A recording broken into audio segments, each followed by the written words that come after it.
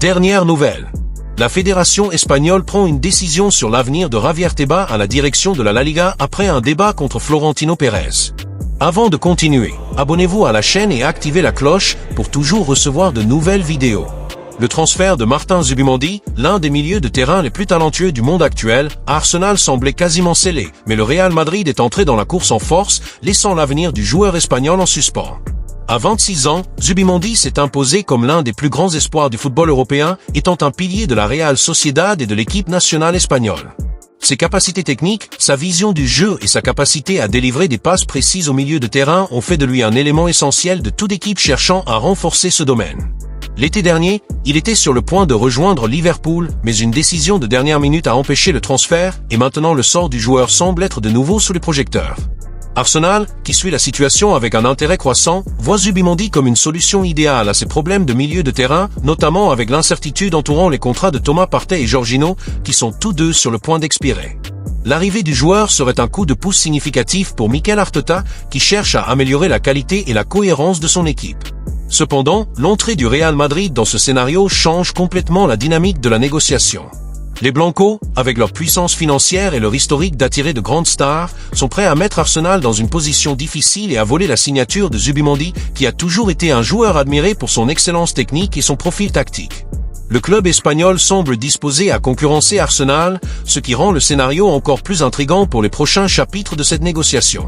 Arsenal a été confronté à des défis constants au milieu de terrain ces dernières années, avec un certain nombre de problèmes devant être résolus, notamment avec la situation incertaine de Thomas Partey et Jorginho. Les deux joueurs ont des contrats qui expirent à la fin de la saison, laissant l'équipe avec un trou important à ce poste crucial.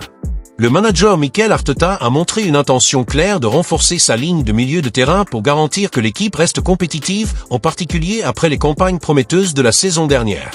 Martin Zubimendi s'intégrerait parfaitement dans ce scénario, offrant une qualité technique, une régularité et une vision du jeu qui pourrait transformer le milieu de terrain d'Arsenal. Sa capacité à contrôler le rythme du match, à désarmer les adversaires et à distribuer les passes avec précision aiderait à stabiliser une zone du terrain qui s'est parfois révélée vulnérable et désorganisée, notamment dans les matchs plus difficiles contre des équipes de haut niveau. De plus, sa polyvalence serait un énorme avantage pour Arteta, permettant au manager d'ajuster sa formation et son style de jeu en fonction des besoins du match. Zubimendi n'est pas seulement un récupérateur de balles efficace, mais aussi un joueur intelligent qui sait quand avancer et quand conserver la possession, apportant ainsi un équilibre à l'équipe. Son adaptation à la Premier League serait une question de temps, compte tenu de son style de jeu moderne, déjà tout à fait compatible avec l'intensité du championnat anglais. Pour Arsenal, la signature de Zubimendi ne serait pas seulement un ajout de qualité, mais un geste stratégique important pour renforcer l'équipe et assurer la stabilité à long terme, le milieu de terrain devenant encore plus compétitif et dynamique. Tebas pourrait être expulsé de la Liga. La rivalité historique entre le Real Madrid et la direction de la Liga a ouvert un nouveau chapitre tendu et très controversé, bouleversant les coulisses du football espagnol. Le samedi 15 mars, le club merengue a soulevé un sujet délicat qui a secoué les structures de la Ligue, faisant une déclaration qui a résonné sur toute la scène sportive. Par l'intermédiaire de sa société de production audiovisuelle et avec le soutien de son entraîneur Carlo Ancelotti, le Real Madrid a déclaré qu'il ne jouerait plus jamais sans avoir au moins 72 heures de repos entre les matchs, suite à une recommandation de la FIFA en vigueur depuis 2023. La déclaration de l'entraîneur italien intervient en réponse à un intervalle extrêmement court entre deux matchs importants pour le club, le derby contre l'Atlético de Madrid et le duel contre Villarreal. Le Real Madrid n'a eu que 66 heures pour récupérer, soit 6 heures de moins que la recommandation de la FIFA, ce qui a provoqué un réel malaise au sein du club et a ravivé les critiques sur la surcharge de matchs et le manque de respect pour la récupération des athlètes. Cette situation a mis en lumière la gestion du calendrier de la Liga et a exposé le mécontentement évident du Real Madrid quant au traitement réservé à ses joueurs, alors que l'équipe participe à une saison pleine de défis, tant en championnat national qu'en compétitions européennes. Le grief du club ne s'est pas limité aux seules questions sportives, mais est devenu un problème politique au sein du football espagnol, conduisant à une guerre des mots croissante entre le Real Madrid et le président de la Liga, Javier Tebas. Le conflit concerne désormais non seulement l'équilibre physique des joueurs, mais aussi les tensions institutionnelles qui menacent de diviser davantage les coulisses du football espagnol.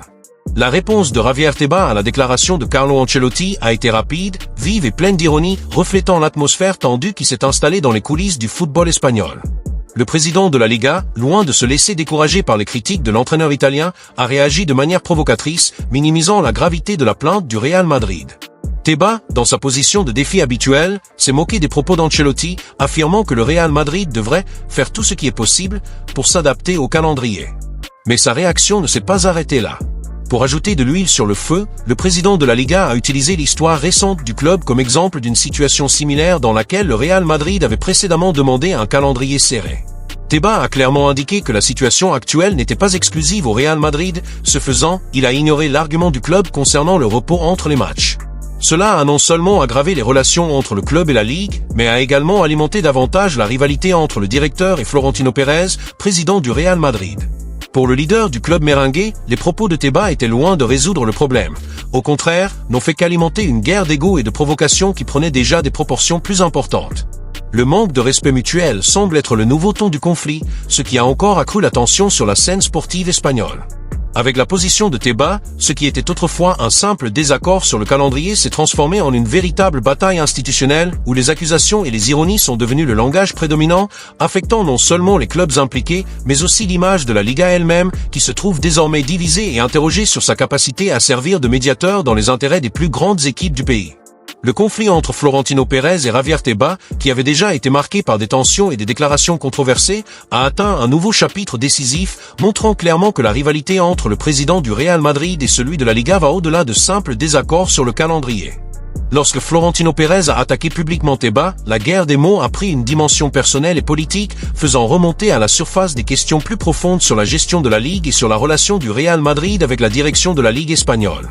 Le président du club merengue, dans un geste calculé et audacieux, n'a pas hésité à accuser Tebas d'être responsable d'une série de problèmes auxquels le club est confronté, principalement en relation avec le calendrier et la surcharge de matchs, quelque chose qui, selon lui, affecte directement la performance des joueurs. Cependant, les accusations de Pérez ne se limitaient pas aux questions sportives. Il est allé encore plus loin, dénonçant le comportement de Tebas comme irrespectueux, tant envers le Real Madrid qu'envers les autres clubs de la Liga, et a exigé une position plus en accord avec l'importance de la compétition. L'échange d'attaques entre les deux s'est intensifié, et les paroles de Florentino Pérez, pleines d'indignation, ont exposé le niveau de frustration accumulé par le Real Madrid par rapport à la gestion de la Liga.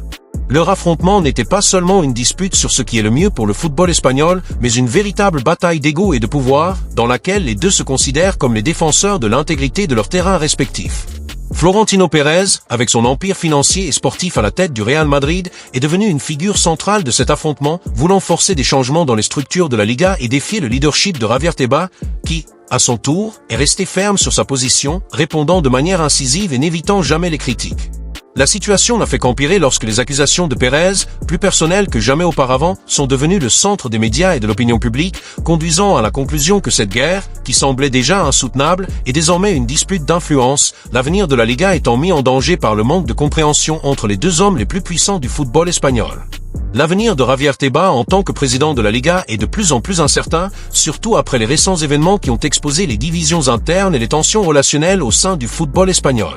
La situation a atteint un point critique et la prochaine étape importante sera le vote de la Real Federación Española de Football, FEF, prévu en avril, qui aura un impact direct sur la continuité du mandat de Tebas.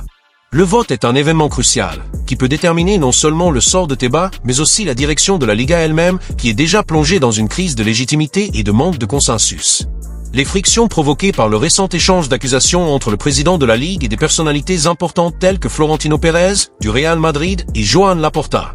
de Barcelone, ont conduit à ce que le rôle de Tebas soit largement remis en question, tant à l'intérieur qu'à l'extérieur des coulisses du football espagnol. Les critiques sur son comportement, sa position envers les grands clubs et sa gestion du calendrier des matchs ne sont que quelques-uns des facteurs qui ont accru la pression sur lui pour qu'il reste à ce poste. Le conflit impliquant les clubs les plus puissants de la compétition, le Real Madrid et Barcelone, a encore accru les doutes sur la capacité de Tebas à diriger la Liga de manière efficace et impartiale, compte tenu des accusations de favoriser certaines équipes par rapport à d'autres. Le vote de l'ARFEF ne sera pas seulement une question administrative, mais le reflet des profondes divisions du football espagnol, où les rivalités et les intérêts privés entrent en conflit direct avec le besoin d'une gestion professionnelle et impartiale.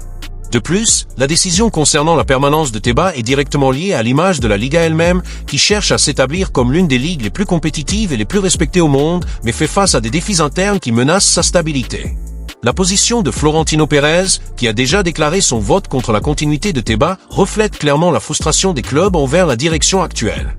D'un autre côté, le soutien de Joan Laporta à Tebas ajoute un élément encore plus controversé, car il place les deux clubs les plus puissants du pays dans des camps opposés dans un conflit qui va au-delà des questions sportives. Le résultat du vote sera décisif pour l'avenir de la Liga et pour la permanence de Tebas, qui fait désormais face au plus grand défi de sa carrière à la tête du championnat, dans un scénario plein de doutes sur sa capacité à diriger et à concilier les intérêts conflictuels au sein du football espagnol. L'avenir de Javier Tebas à la tête de la Liga est en jeu comme jamais auparavant alors que la Real Federación Española de Football, FEF, approche d'un vote crucial en avril qui pourrait déterminer s'il continuera à être président de la Ligue ou s'il sera contraint de démissionner. Ce vote est devenu le point de convergence d'une série de tensions accumulées dont beaucoup sont nées du mécontentement croissant de clubs puissants comme le Real Madrid qui a ouvertement remis en question la manière dont Tebas a géré la gestion de la compétition. La principale critique apportée sur la position de Tebas concernant l'organisation du calendrier, beaucoup l'accusant de négliger la nécessité d'un calendrier plus équilibré et respectueux des joueurs, ce qui est fondamental pour la performance des équipes. De plus, la manière dont il a géré les désaccords entre les clubs les plus influents de la Ligue, notamment le Real Madrid et Barcelone, a créé un climat d'instabilité, mettant en doute son leadership. Le vote de la FEF n'est pas seulement une formalité administrative, mais le reflet des profondes divisions internes au sein de la Liga, où les relations entre les clubs et la direction de la Ligue elle-même sont de plus en plus tendues et polarisées. Alors que Florentino Pérez, président du Real Madrid, a déjà clairement indiqué qu'il voterait contre le maintien de Tebas, critiquant ses décisions et ses attitudes, notamment celles concernant le calendrier et la distribution des droits télévisés, le président du FC Barcelone, Joan Laporta, s'est ouvertement positionné en faveur de Tebas, ce qui place les deux clubs les plus importants du football espagnol dans des camps opposés dans une bataille qui transcende l'aspect sportif. La position de Laporta, qui entretient une relation tendue avec Florentino Pérez, ne fait qu'ajouter davantage de complexité à la question, car sa position renforce l'idée que le soutien de chaque président est beaucoup plus lié aux intérêts spécifiques de leur club qu'à une analyse objective de la gestion de Tebas. Dans ce scénario polarisé, le vote devient encore plus important, car il pourrait être un tournant dans l'histoire de la Liga, décidant non seulement qui dirigera le championnat dans les années à venir, mais aussi la direction que prendra le football espagnol en termes d'équilibre des pouvoirs entre ses plus grands clubs.